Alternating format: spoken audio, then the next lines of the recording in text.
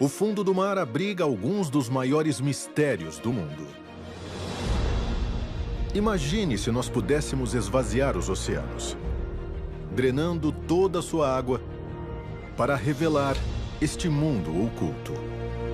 Hoje, através da utilização das mais modernas tecnologias de exploração submarina, nós podemos drenar os oceanos. Pela primeira vez, podemos vislumbrar respostas para perguntas antigas. Pearl Harbor. Quem atirou primeiro? O que afundou o Titanic? O que realmente aconteceu à patrulha perdida no Triângulo das Bermudas? E quem afundou o supernavio alemão Bismarck? Descubra um mundo de mistérios submersos como nunca visto antes. Drenando os oceanos. Mistérios do fundo do mar. Versão brasileira Dubbing Company Campinas.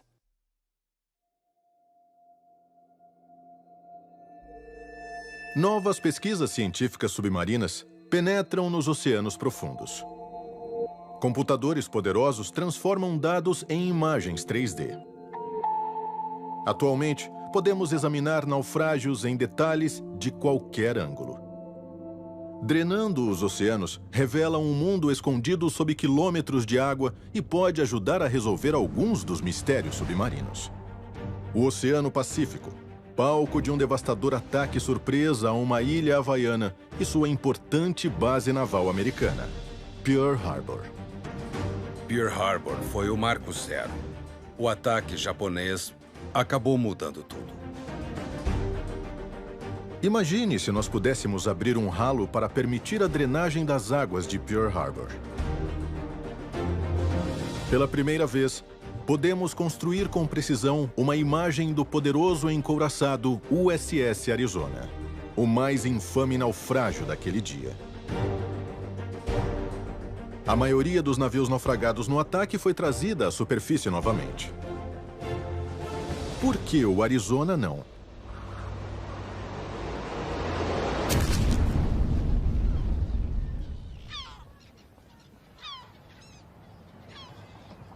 Manhã de domingo, 7 de dezembro de 1941. Navios da Frota Pacífica dos Estados Unidos estão no ancoradouro. A América não está em guerra.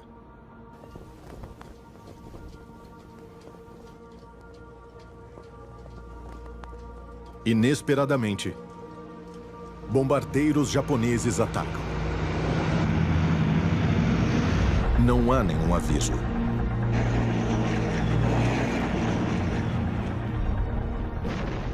Naquela manhã de domingo, eu escutei uma enorme explosão. Ela era muito forte.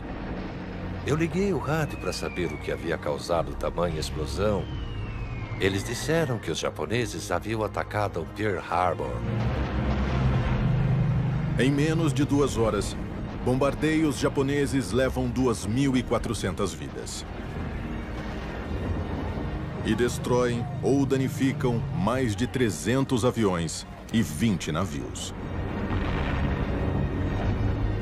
O encouraçado Arizona explode com um barulho ensurdecedor. Dizem que se você escutasse essa explosão, nunca mais esqueceria.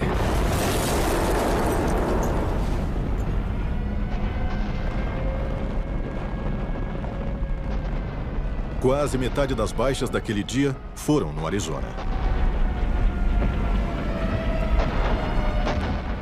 Até a água pegava fogo. A área toda estava preta com aquela fumaça.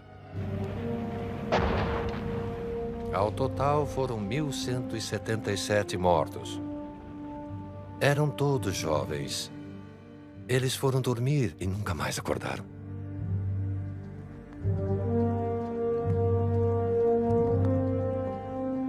A maior parte da frota foi recuperada e consertada para lutar na guerra.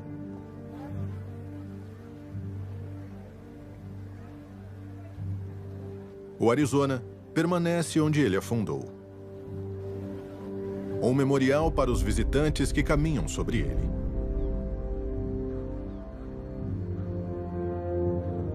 Ele repousa em água rasa. Um túmulo da guerra.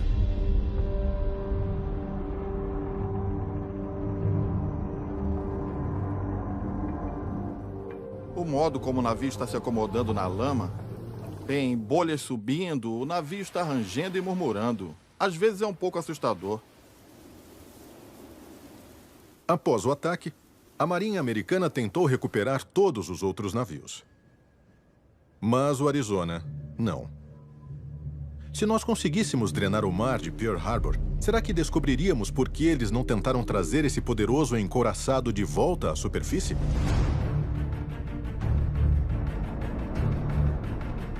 Agora, usando dados de uma pesquisa recente, nós drenamos Pearl Harbor.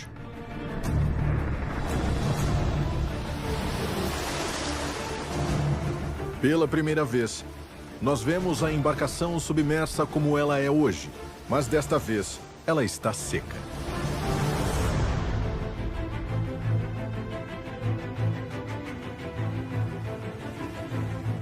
A visualização em alta resolução nos leva à proa desmoronada.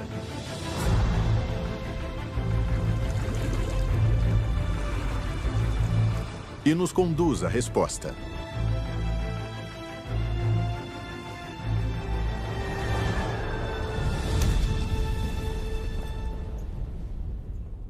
Uma bomba que penetra a blindagem acertou o depósito dianteiro de munição do Arizona e explodiu mais de 450 mil quilos de pólvora.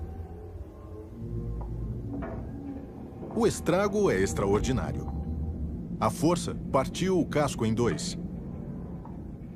Próximo ao castelo de proa, onde a explosão literalmente detonou a proa, há uma fenda, mais ou menos da grossura do meu pulso, que começa na borda da embarcação e segue ininterrupta até a quilha. A fenda percorre todo o navio e desce pela lateral do casco. Esse é um enorme dano estrutural à embarcação, o que fez com que eles desistissem da ideia de trazer esse navio à tona. Agora que a água de Pearl Harbor foi drenada, está claro.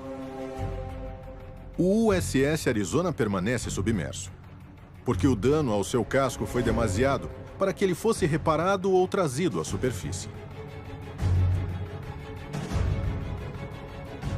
À medida em que o oceano se precipita em sair do ancoradouro, um outro mistério ainda maior está prestes a ser revelado.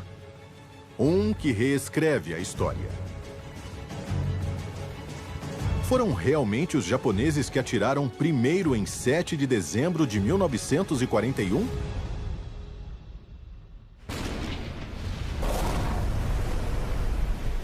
Mais de uma hora antes do ataque surpresa japonês, um contra-torpedeiro americano alega que atirou em um submarino japonês e o afundou.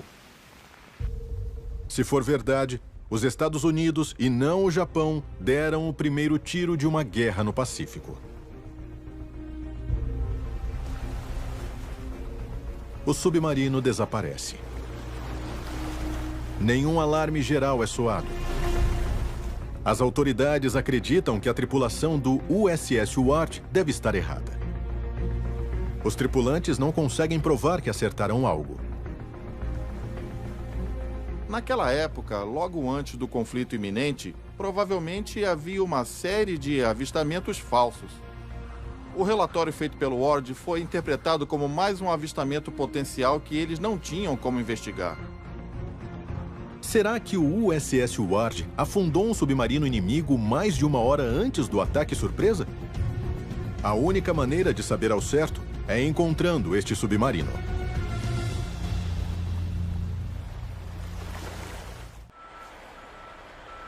Na década de 90, o piloto de submersíveis, Terry Kirby, iniciou sua busca pelo submarino inimigo. Ali está ele. Para seu time no Laboratório Havaiano de Pesquisa Submarina, a missão se tornou uma maratona. Por sorte, sua embarcação de alta tecnologia consegue mergulhar fundo. A Paice 5 é capaz de mergulhar até 2.000 metros. E um mergulho comum costuma durar cerca de 8 horas. Geralmente você começa às 8 da manhã e ele está de volta ao convés às 5 da tarde. A caçada pelo submarino japonês, supostamente naufragado mais de uma hora antes do ataque aéreo, se mostrou mais difícil do que o esperado. O que nós encontramos foram objetos que poderiam ter sido o submarino.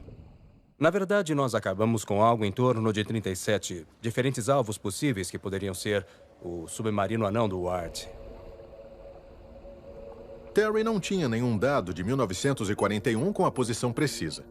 Mas os registros de guerra confirmam que mini-submarinos para 2 tripulantes tentavam se infiltrar secretamente em Pearl Harbor. Submarino Ward. A ideia era enviá-los como se fossem pequenas vespas voando de suas colmeias. Carregando 2 torpedos, eles podiam entrar e sair da zona de batalha principal, atirar seus torpedos, retornar, recarregar baterias, se rearmar e voltar para a luta. Meses de busca se transformaram em anos. Será que o USS Ward realmente atingiu um submarino japonês? Finalmente, as evidências começam a aparecer. Eu vejo você aproximadamente 30 metros ao norte do alvo. Esse foi um dia emocionante após 10 anos. Finalmente encontrá-lo em perfeitas condições. E isso te conecta a essa história. Quando o encontramos, foi só entusiasmo. E em seguida vimos que havia 2 pessoas dentro dele. Então tudo ficou um pouco mais sentimental, só imaginando o que teria acontecido e como teriam sido os últimos momentos deles. Mas seria este o submarino que eles buscavam? Os sedimentos no fundo do mar são facilmente remexidos. Apenas vislumbres do submarino são vistos.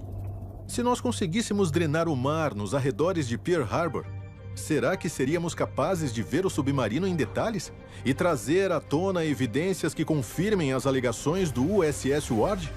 Agora, combinando os mais recentes dados de filmagem visual com os dados de sonar, nós vamos abrir o ralo do Oceano Pacífico.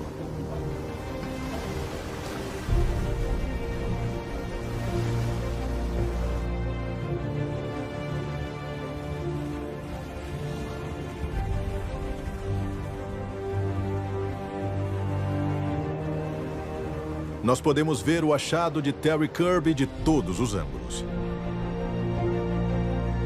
E examiná-lo de forma incrivelmente detalhada.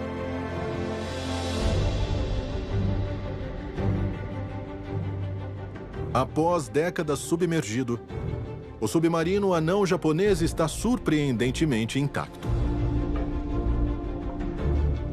E em seu lado direito, há um buraco de 10 centímetros. Exatamente onde o contratorpedeiro americano Ward relatou tê-lo acertado.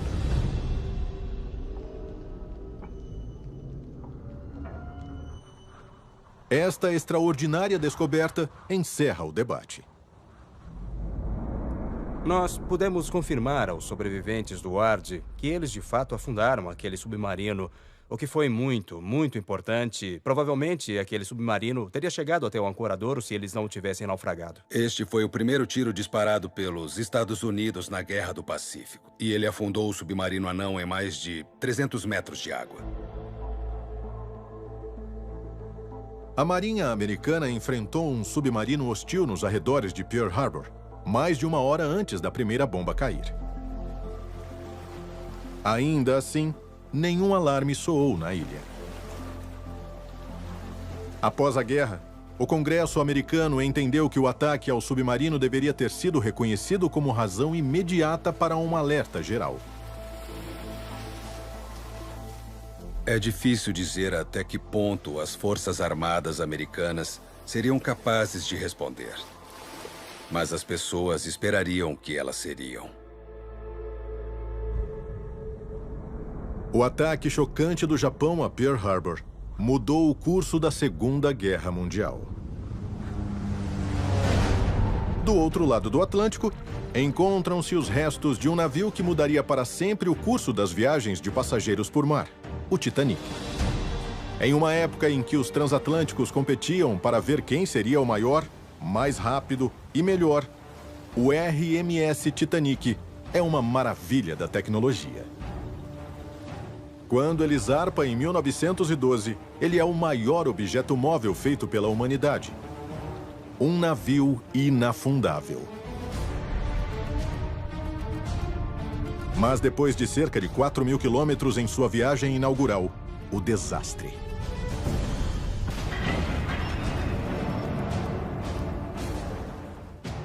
Mil e 500 passageiros e tripulantes arrastados para a profundidade gélida. E mais de um século depois, ainda não sabemos exatamente o que aconteceu naquela noite. Como ele afundou e se quebrou. Centenas de passageiros e tripulantes testemunharam a tragédia e sobreviveram para contar a história. Ainda assim, inúmeras perguntas seguem sem resposta. Nós temos diversas informações históricas, mas frequentemente essas versões estão enviesadas. Mesmo as testemunhas oculares do naufrágio do Titanic mostraram percepções diferentes de como esse naufrágio ocorreu. Portanto, a melhor maneira de desvendar algumas dessas questões é através da ciência. Após anos de trabalho e diversas expedições, nós conseguimos evidenciar uma paisagem extraordinária. Abra o ralo do Atlântico. Quase 4 quilômetros abaixo, enormes paredes de metal erguem-se em direção ao céu. A luz solar brilha sobre seus convés mais uma vez e inúmeras pistas do desastre vêm à tona. Este é o naufrágio do Titanic.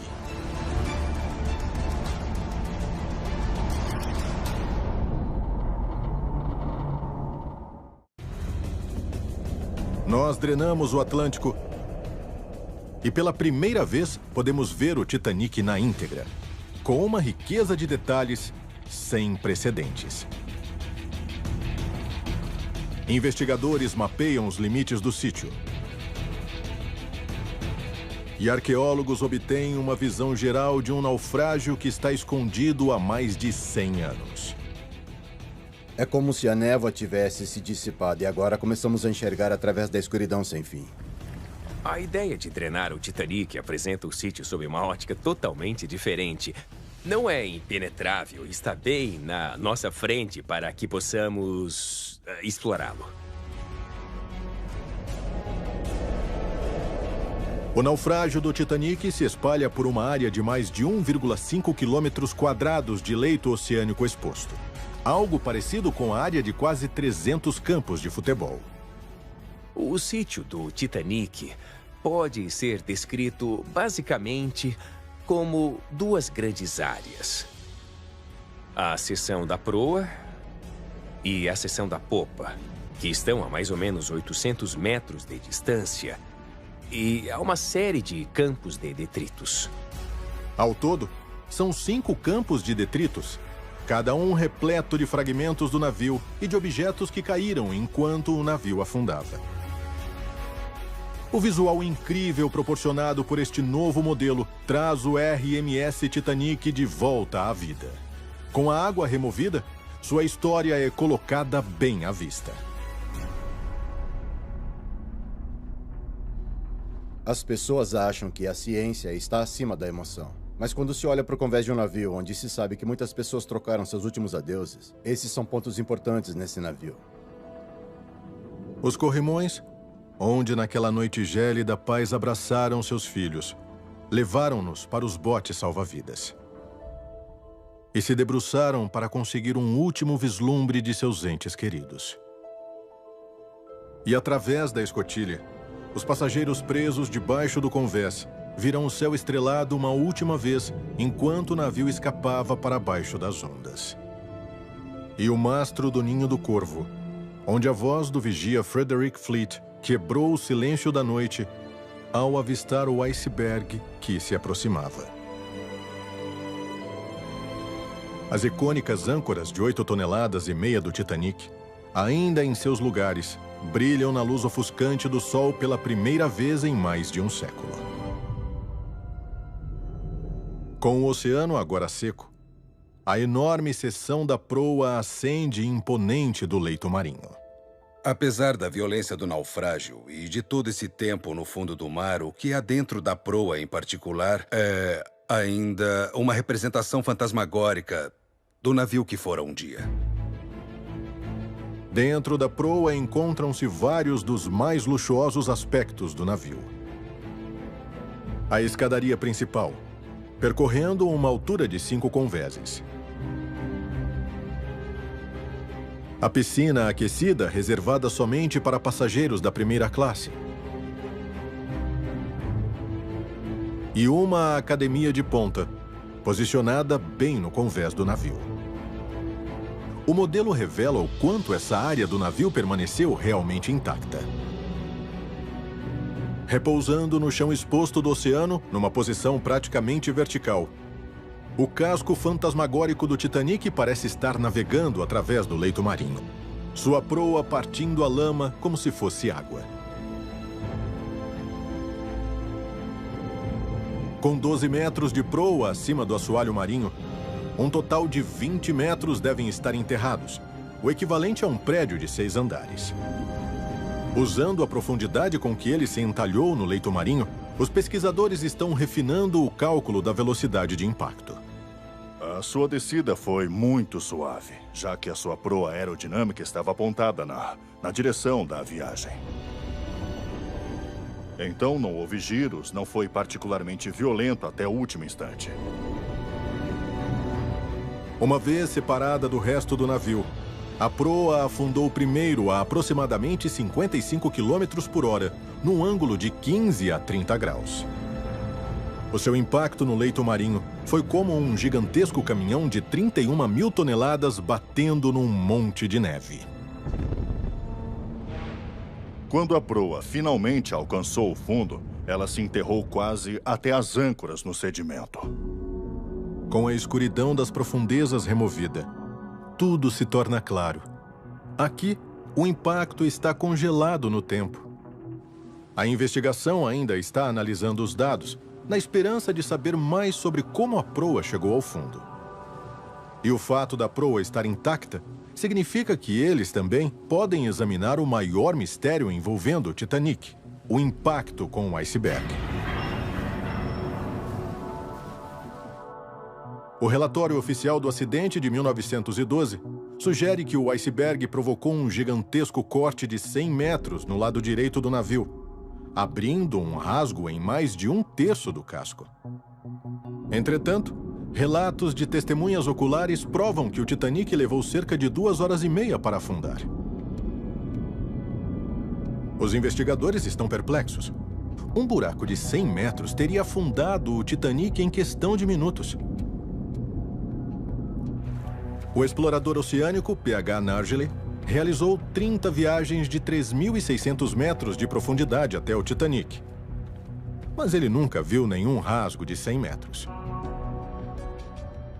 Nós estamos tentando encontrar onde o Titanic bateu no iceberg. Por que aconteceu daquela forma? Por que vimos algumas fendas? Por que há uma fenda aqui e não ali? Nargiley e seu time recorrem aos mosaicos fotográficos de ultra resolução do naufrágio para ver que tipo de evidências eles podem encontrar. Essa vista de perfil da proa é composta de mais de 3.000 imagens individuais. Os mosaicos de perfil mostram o Titanic de uma maneira que ninguém jamais viu antes. Ninguém havia feito a vista de perfil da proa do Titanic nos 25 anos em que as pessoas visitam o Titanic. Novamente, mesmo com essas imagens precisas, eles não encontram sinais de nada que se aproxime a um rasgo de 100 metros no casco. Entretanto, quando eles recorrem às imagens de vídeo, os investigadores observam áreas bem menores de dano causado pelo impacto. Na verdade, o dano do iceberg parece estar confinado a uma extensão de cerca de 10 metros da proa. Não foi um rasgo e não foram dezenas de pequenos rasgos. O tamanho de todos esses buracos no casco, se somados, chegam apenas a 1 metro quadrado. Uma brecha deste tamanho permitiria a entrada de 1.400 litros de água a cada segundo. E quando eles analisam quanto tempo isso levaria para afundar o Titanic, verificou-se que seriam 2 horas e meia. Exatamente o tempo que o navio realmente levou para afundar. Um duradouro mistério está resolvido.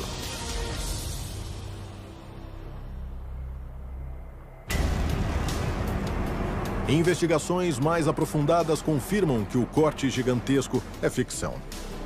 O iceberg causou apenas pequenos furos abaixo da superfície da água, mas ao todo, eles foram suficientes para desencadear um desastre.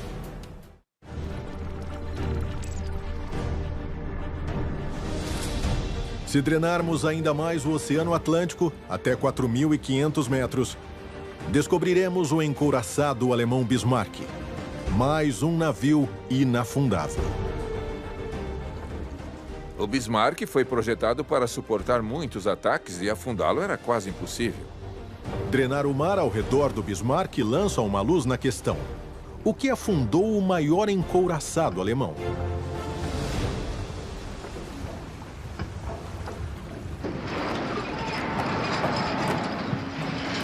Em seu lançamento, o Bismarck é o maior navio de guerra alemão de todos os tempos. Ele era tripulado por mais de 2.000 homens. 8 enormes armas com um calibre de 38 centímetros atiram a munição que pesa 907 quilogramas a uma distância de 38 quilômetros. Sua primeira missão? Destruir comboios britânicos no Atlântico. 24 de maio de 1941. Atenção à esquerda! O HMS Hood, orgulho da Marinha Real Britânica, inicia um ataque ao Bismarck. O Comando de Aproximações Ocidentais, o Centro Naval Secreto Britânico, trama a batalha. Essa batalha ocorreu aqui no Estreito da Dinamarca, enquanto os navios alemães saíam desta passagem entre a Groenlândia e a Islândia. O Bismarck atira precisamente. O Hood é atingido em um dos seus calcanhares de Aquiles. Um depósito de munição explode. Na verdade, o navio explode de ponta a ponta. Da tripulação do Hood, de 1.418 homens, apenas 3 sobrevivem.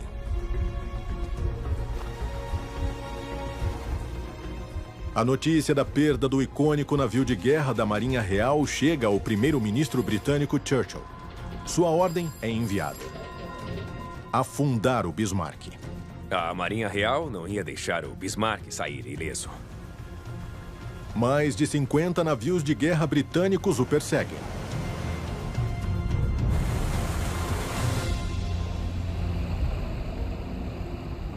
O Bismarck agora repousa a quase 4.800 metros de profundidade.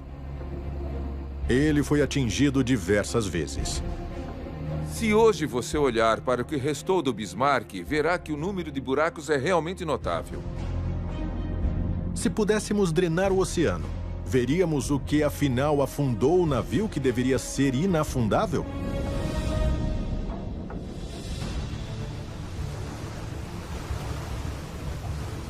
Trilhões de litros de água salgada desaparecem.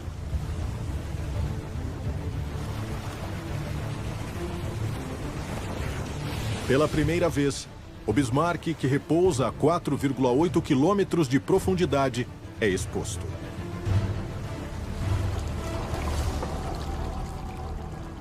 Vê-lo sob essa ótica única revela uma pergunta surpreendente. Foram os britânicos que o mandaram para o leito do oceano? Ou foram os alemães que afundaram seu próprio navio? –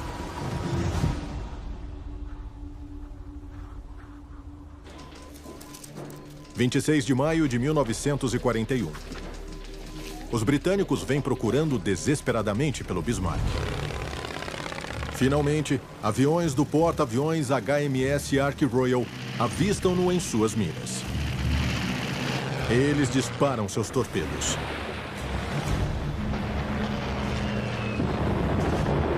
Um atinge um golpe de sorte. Ele acertou a popa, o ponto fraco até do mais poderoso navio de guerra. Agora, o naufrágio do Bismarck está bem à nossa vista. Podemos examinar em detalhes forenses o golpe debilitante do torpedo. Um dos dois lemes do Bismarck é curvado, danificando o equipamento de direção. O outro leme é completamente destruído.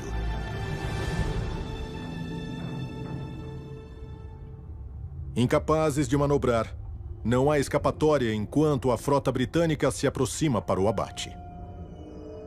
O capitão soube em 5 minutos que se ele não tivesse lemes, ele estaria em apuros. Ele era um alvo fácil de ser atingido. Então os britânicos abriam fogo e o acertavam constantemente. Em plena luz do dia, pela primeira vez em mais de 70 anos, os danos ao Bismarck são vistos. O bombardeio britânico implacável destrói suas armas e sua tripulação. Mais torpedos acertam o alvo, abrindo algumas seções do casco. Partes do navio começam a se encher de água. Os que provocaram mais danos foram os maiores vindo dos navios na superfície. Eles causaram buracos relativamente grandes e também uma inundação significativa. Depois do ataque constante durante toda a noite, o inafundável Bismarck afunda. Mas seu naufrágio inicia uma controvérsia. A pergunta clássica em relação ao naufrágio do Bismarck é: quem o afundou? Os britânicos ou sua própria tripulação? Se o Bismarck fosse naufragado somente pelas bombas britânicas, a água inundaria somente as áreas atingidas por essas bombas. Enquanto o Bismarck descia, áreas não danificadas cheias de ar iriam desabar sob a pressão. Seu casco, em breve, seria esmagado.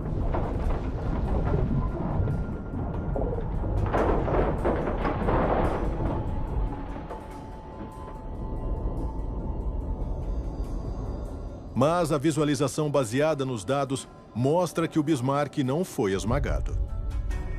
Não havia grandes bolsões de ar. Um exame minucioso revela que o dano dos torpedos enfraqueceu algumas placas do casco. A água dentro do navio explodiu mais placas para fora quando ele se chocou com o leito do oceano. Evidência de que o Bismarck foi completamente inundado. A tripulação permitiu deliberadamente a entrada de água. Eles ajudaram a afundar seu próprio navio. A tripulação não tinha escolha. Eles estavam prestes a enfrentar uma ação em que eles seriam naufragados pela Marinha Real. Eles sabiam que morreriam. A única coisa honrosa que lhes restava fazer, além de se render, o que não seria digno, era afundar-se. Então eles completaram o processo. Eu imagino que os dois lados têm um pouco de dessa ação. O navio afundou e foi afundado ao mesmo tempo. Ao longo da costa leste americana, centenas de naufrágios repousam espalhados através do leito oceânico. A drenagem do oceano ao leste da Flórida revela uma paisagem escondida nas profundezas do Triângulo das Bermudas. Um voo que partiu da Flórida na época da Segunda Guerra Mundial seja talvez o mais conhecido dos mitos do Triângulo. Voo 19, a Patrulha Perdida. Agora, um time de mergulhadores está obstinado em buscar uma aeronave envolvida nos desconcertantes eventos daquele dia. À medida em que drenamos ainda mais fundo, novas descobertas podem finalmente ajudar a resolver esse mistério. 5 de dezembro de 1945. 5 aviões torpedeiros Avenger decolam da base aérea naval de Fort Lauderdale, na Flórida. Voo 19, como é chamado, é uma missão de treino navegacional rotineira ao longo da costa do Atlântico. No comando, o tenente da Marinha Americana Charles Taylor, um piloto altamente experiente. Ele já liderou dezenas de missões de treino, mas não está familiarizado com esse trecho específico da costa. Na metade da missão, as coisas começam a dar errado. O tenente Taylor relata problemas em suas bússolas. Com o tempo se fechando rápido, Eles logo estão completamente perdidos. Um PBM-5 Martin Mariner parte em uma missão de resgate para encontrar o voo e guiar os pilotos de volta para casa. O Mariner envia uma mensagem rotineira. Mas, depois disso, nunca mais ouviu-se nada sobre ele.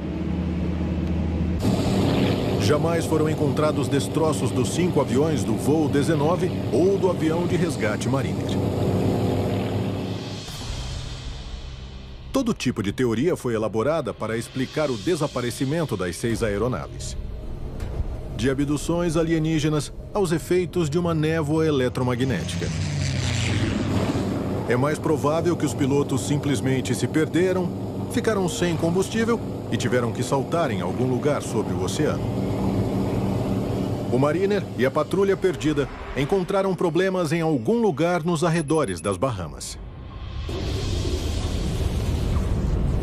E agora é possível drenar esta área até o leito a mais de 4,8 quilômetros de profundidade.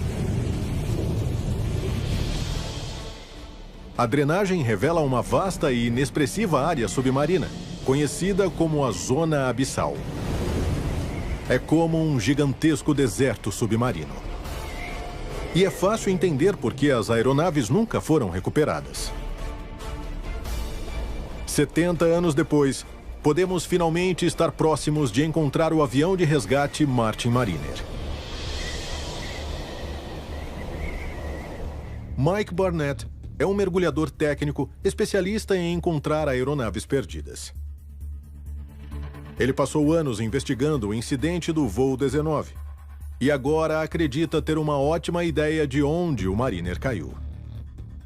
Eu tentei recriar a rota do voo na minha cabeça, onde esse avião pode ter ido e onde ele caiu. Começando aqui embaixo, na base aérea naval do Rio Banana, de onde a aeronave decolou, ela viajou para o norte até o Cabo Canaveral e então ela seguiu para o alto mar para encontrar a área de busca que lhe foi designada. Sabemos que após cerca de meia hora da decolagem, uma explosão foi avistada. Um cargueiro na área relatou ter avistado uma explosão no ar. Quando a embarcação chegou ao local, eles não encontraram nenhum destroço. Ou a aeronave afundou ou partes dela foram levadas pela corrente do Golfo. Hoje, Mike e sua equipe estão partindo em busca dos restos da aeronave perdida. O sítio que vamos investigar hoje são cerca de 70 metros de água a mais ou menos 80 quilômetros da costa. Nós acreditamos que seja digno de investigação porque é nessa área geral, mais ao norte de onde esperaríamos encontrar, porque com a influência da corrente do Golfo ele poderia ter ido para o norte. Pescadores locais relataram a presença de destroços nessa área e o Mike está procurando por eles em seu sonar. Acabamos de passar por cima de um alvo, ele não chama muita atenção. É um pouco pequeno, que é esperado para uma aeronave. Acho que é hora de me vestir e dar uma olhada. Vai, vai, vai!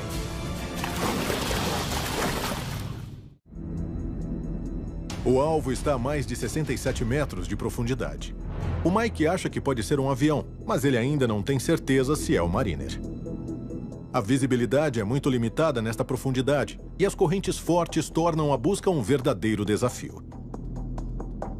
Sabemos que estamos próximos, tem muitos peixes. Naufrágios atraem peixes, então sabemos que estamos perto. Então, no meio da escuridão, os mergulhadores encontram algo.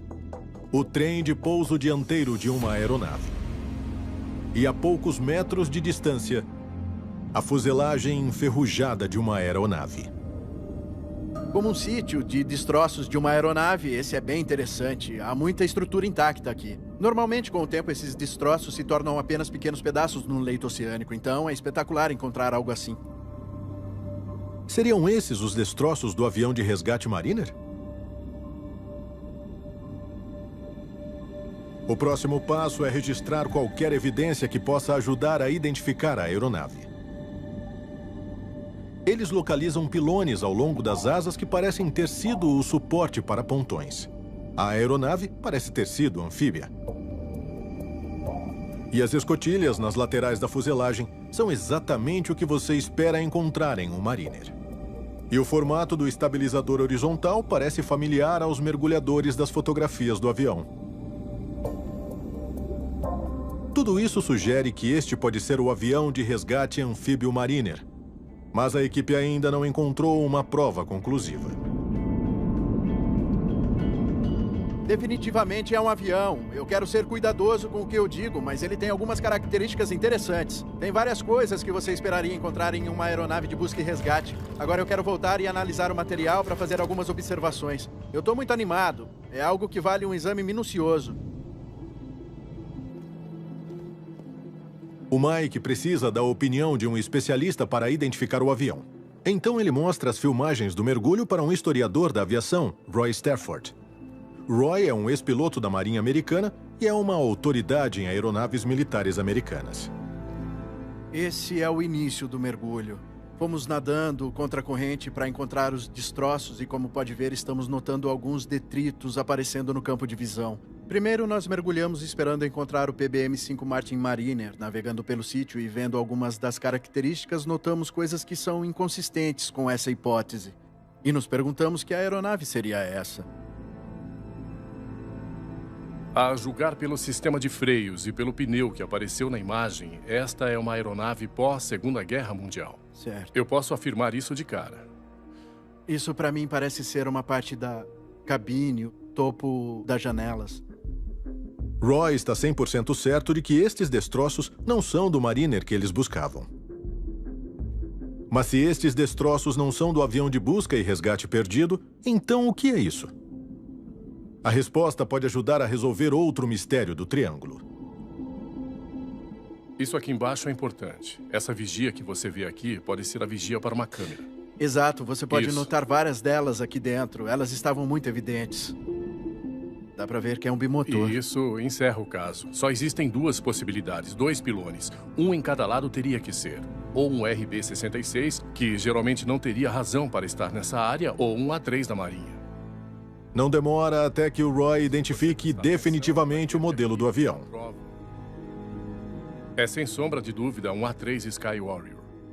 Ao compararmos a fuselagem e os pilones embaixo das asas, a varredura nos detalhes horizontais, o fato do trem de pouso se retrair para dentro da fuselagem, todos esses são indícios absolutos de que é um A3 Sky Warrior. O A3 Sky Warrior era a maior aeronave a decolar de porta-aviões da Marinha Americana em sua época.